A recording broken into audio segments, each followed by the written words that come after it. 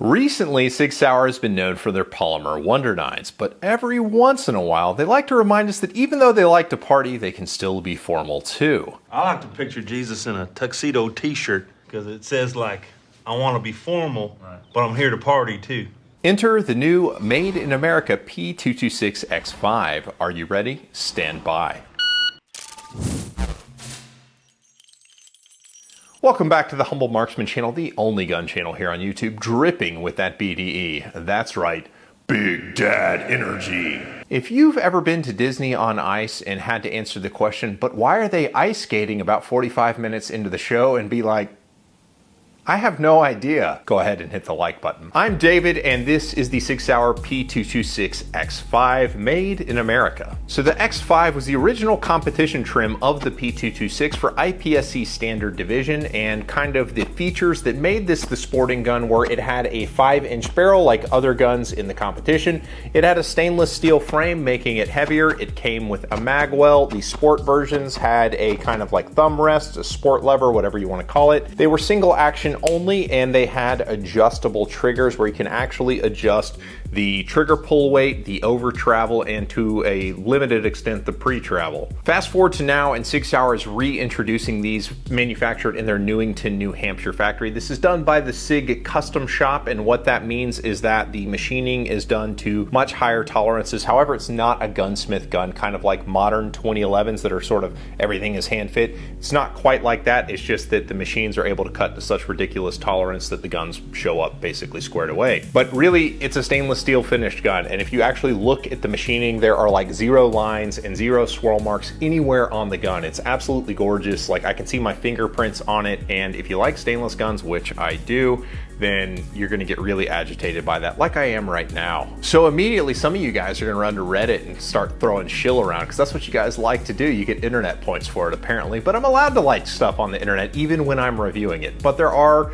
well, I guess there are a couple things I don't like about this pistol. I'll be sure to share those with you toward the end. But if you like this video and hit the like button and the video receives 5,000 likes, then I will do a comparison video between this gun and the Beretta 92X Performance Carry Optics gun that just came out. And if you subscribe to the channel, you'll know when that video drops. So go ahead and hit that like button, and I'd appreciate it. This is gonna be a limited production gun. They're gonna be making it. It is a production gun. It's just not gonna be widely distributed. They're not gonna be anywhere near the volume of the plastic fantastic guns that SIG's putting out. So jumping in straight away, the gun, when they hand it to you, you're gonna first immediately notice the weight, because it is a thick boy, because it is 46 ounces. I'll put a pin in that for the negatives as we come back. Now, for sporting purposes, there's kind of an optimum weight on what a gun could weigh for the easiest shooting experience. It's about 40 to 45 ounces, so this is a little bit porkier than that. You're immediately gonna forgive the weight, however, because then you're gonna notice how it sits in your hand, and it's thanks largely to how they have relieved the trigger guard, where the gun absolutely melts down into your grip. The grip tang is perfectly sculpted. The bevel on the safeties is such that your hand sweeps right up onto the manual safety, so that when you sweep it down, it becomes a nice little paddle for your thumb to rest on. And if you don't shoot single action guns with your thumb resting firmly on the safety, you are doing it wrong. So there's your tip for the day. You'll notice next that there is an extended magazine release, but it doesn't get in the way when you actually build a grip on the pistol. So when you build a grip on the pistol, your thumb rests naturally if you're correct-handed and not left-handed. If you're left-handed, then figure life out. I can't believe you chose to do that to yourself. But if you are not left-handed, your thumb will find a home right there on this thumb rest that is the takedown lever. And then you'll notice there is a little pin that keeps the thumb rest from rotating, because it is the takedown lever. If it rotates in recoil, it could create malfunction. So SIG has you covered. If you want to take it apart, and this isn't in the manual, guys, if you want to field strip it to clean it, then you have to push with it in battery and unloaded like it is. Then you push the lever up, you push the pin in, and then when you lock the slide to the rear, you can take the gun apart like you would any other 226. So the gun is super duper comfortable. There is enough real estate when you build your grip on the gun that the left hand can get a really good amount at the back of the pistol. So you're really like participating with recoil management with both hands. It feels really, really good. The thumb rest works like a wonderful index point and feels fantastic. You'll notice that the fully adjustable rear sight, which is mounted on the sight plate, has an amazing sight picture with a super crisp rear and a super crisp front sight. A lot of the fiber optic sights that come on these competition guns are kind of like ho-hum at best. Reasonably sure that these are Dawson precision sights, like they're very, very good. You'll notice that the serrations are usable, but they're not super duper aggressive, neither the front nor the rear. They're kind of legacy. You'll feel the nice glide of the slide in frame. It feels like it's almost on ball bearings, like a higher end 2011. The slide stroke is not completely as uniform because it is a dual coil recoil spring. Get on that in the next segment, but it just feels really, really nice. With the slide locked to the rear, you'll notice that there is a bull barrel in the gun, adding to the substantial weight limit. Examining the magazine, of which it comes with 3, you'll notice that it is a SIG Sauer magazine. It has an 18 round tube with this +2 extension on it. And this is the way it comes from the factory YouTube. It's totally unmodified. So it is a very nice magazine. It is a Mechgar magazine made in Italy, so it is very, very good. Now it has a magwell that you'll notice is a very large magwell, very easy to hit, and when you slap it in there, it sits right there. There is a lip at the front of the base pad in order to strip mags should a malfunction occur. When you mess with the safeties, you'll notice that they are very, very positive how they engage and disengage. The safety lever kind of gets in the way of your ability to get your strong hand thumb onto the slide stop to release the slide on emergency reloads, which is a concern for a sporting pistol. But the trigger, let's talk about it. So the trigger, there is a little bit of wiggle as you get on the sear hammer engagement, then you have a nice firm wall, and then there's about a 3-pound brake, and then there is only a little bit of over travel as you go. Now the reset on the gun is similarly very good. If you look at that, it's just right there.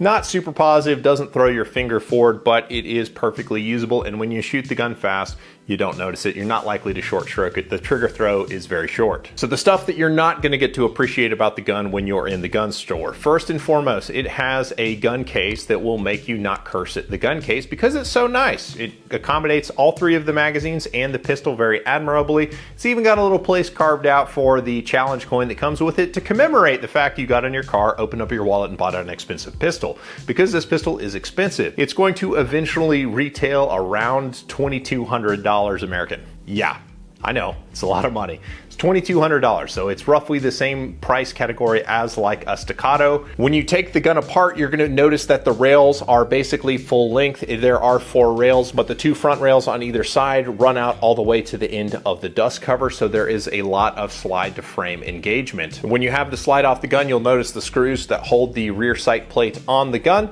and you get at those through underneath the slide. Now the slide cut is the standard Legion slide cut or SIG slide cut, whatever you want to call it. It will accept the screw patterns for an RMR or a Delta Point Pro or Romeo 1 Pro, but there are no recoil bosses or anything like that. The SIG optics fit very nicely in these pockets. You may want to use, if you want recoil lugs, an adapter plate or something like that. The next piece is that the recoil spring is uncaptured, but it has a dual spring system, so that there is a short little spring and then a bigger long spring that you like to change. How much a difference that makes versus a single spring, I don't know. When we get on the range and look at it, you'll see how it throws brass, because that's something to keep an eye on. The other piece that you can look at is if you examine the trigger guard, you'll notice there's a hole right there on the bottom of it and right there at the top of it. The one on the bottom of it adjusts the over travel, how far the trigger travels after the break, so you can adjust that yourself. It does not come with the wrenches to do it. You'll just have to use one of the million Allen keys that you happen to have from all the other things you buy that come with Allen keys. At the front, there is one that actually adjusts the trigger pull weight, and it goes from about 2.5 pounds to about 3.5 pounds, depending on how you set it. Now, taking the pistol to the range. Oh, wait, no, I'm not James Reese from the Terminal List. I'm just wearing these Gators I wear. Here, let me put on my normie Gators I wear, the Marauders. Gators make really awesome made in America eye pro that is fully aluminum, so you can adjust it to your gigantic head, like my head. And they fit guys with larger craniums as well. But if you want to save some money, I've got a link in the description that if you follow it will save you 15% on your very own pair of Gators. Now, let's talk about the SIG on the range. So shooting the X5 on the range is a lot of fun. It's got 20 round magazines, so you can stuff them all the way full, and then you get a whole lot of shooting in before the time you need to go back and load up more magazines. Now in proper gun tuber fashion, when I was doing the boring stuff, like, I don't know, shooting groups, I didn't have the cameras on, so I can't show you, look at these small groups that I shot, but this is very capable at shooting good groups. The precision I was seeing was very, very good. Now, what place that I really appreciated it, and that was after adjusting the rear sight. I did have to put about 6 clicks of up into the rear sight for it to be truly point of aim, point of impact, because where the bullets came impacting with the load I was using, which was like MagTech 115s, was just below the fiber pipe is where the impacts were showing up at about 15 yards, and only 15 yards because that was the bay that was available at my gun club that day. But then I started shooting diagonally on the bay, and I was able to pretty rapidly put a bunch of shots on the head box of a US PSA target. I was very impressed with how I was able to control this gun at pace with basically no time behind it. With like 3 mags behind it, I was able to stabilize this gun at 12 yards in a way that I was pretty impressed with. That's obscene. That is obscene. This target's already been shot up. These 3, and that were already there from just hosing earlier. But the 8 shots that I just took, 1, 2, 3, 4, 5, 6, 7, 8. Now, one thing about shooting a P226, this is true of the Legion. I did a review on the Legion a while back, the original Legion P226. Don't watch the video, I was still figuring out how to make bad videos. Like, that's a truly awful video, but I really liked the Legion back then, was threatening to get a P229 RXP. Haven't followed through on that yet, but this makes me strongly reconsider that position because I really like shooting the gun. The P226 is a very high bore axis gun, so it creates a lot of rotation when it recoils, but because the gun weighs 46 ounces, it has a thumb rest, it has pretty aggressive grips, but more importantly, amazing ergonomics. The return to zero is very fast, very predictable, and that's what honestly matters more when you're shooting at pace or in anger or whatever you want to say. So the gun is really fun to shoot. It's a bit of a bullet hose, but it is kind of muzzle heavy, but as a result, it is super duper tame in the hand. Now the muzzle climb in return is somewhat dramatic, but not much energy makes it into your arms. Other than the effort of holding up such a heavy gun, it's very easy and not fatiguing to shoot. Now I do want you to look at the video and see how far the brass is being thrown out of this gun. The gun has excellent slide speed, but with the 115s I was shooting this day, it was throwing the brass about 4 feet to my right, like almost nothing. Like when I would transition the gun rapidly from left to right, I could actually catch the brass and have it hit the top of the slide when I moved fast enough, which is always fun. So all of that to say is that the gun is really set up to run really, really quickly. Now I did have one malfunction in the very first magazine. It was about the 3rd shot. I had a failure to go into battery. I just took a little tap at the rear of the slide and it was good to go. And then I fired another 250, 300 rounds and didn't have any issues. It could have been an undercharged load. I mean, it's just MagTech after all. But all in all, I was very pleased with how the gun shot. Now, what I wasn't pleased with is the fact that this is 2022 and this is a 46 ounce single action only gun that has no home in the competitive shooting sports. At least right now anyway. It's too heavy for IDPA competition, which has a weight limit that basically doesn't allow you to use guns that are heavier than 45 ounces in carry optics. So this is just outside the range for that. And it's not legal in US PSA carry optics because they don't let single action only guns in. But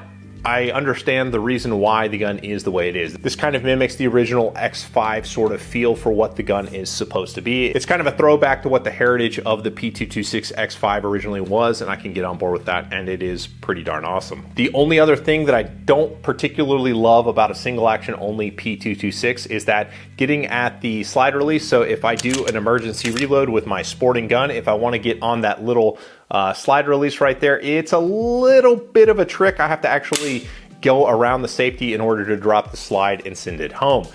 Not a big deal. I was able to kind of figure it out and kind of make it happen on the fly, so it wasn't too much of a problem for me, but it's just not as intuitive as other guns are. So the slide stop placement might be a little bit further forward on this type of model in order to allow it to be dropped with a shooter's thumb a little bit easier. The only other thing I'd whine about is the front strap check rings. Not quite as aggressive as I'd like it to be, but the wraparound grips are so good. It's not as big a deal as I want to make it sound like it is, so I didn't even notice it when I was shooting it. It was only kind of like, oh yeah, and the front strap check ring's not quite as aggressive as I'd prefer it to be. So that'd be pretty awesome if they could get it a little bit more aggressive, but you know, whatever. So where does that leave us with the P226? I really like the gun. I mean, I like big competition heavy guns, that's exactly what this is. And I mean, it just has all these small details. And if you are down with nickel plated sissy pistols, as my friends like to mock them, and I certainly am. You have a backup weapon? Never had the need. Get one. Keep that in your suit unless I tell you to take it out. Get yourself a Glock. Lose that nickel-plated sissy pistol.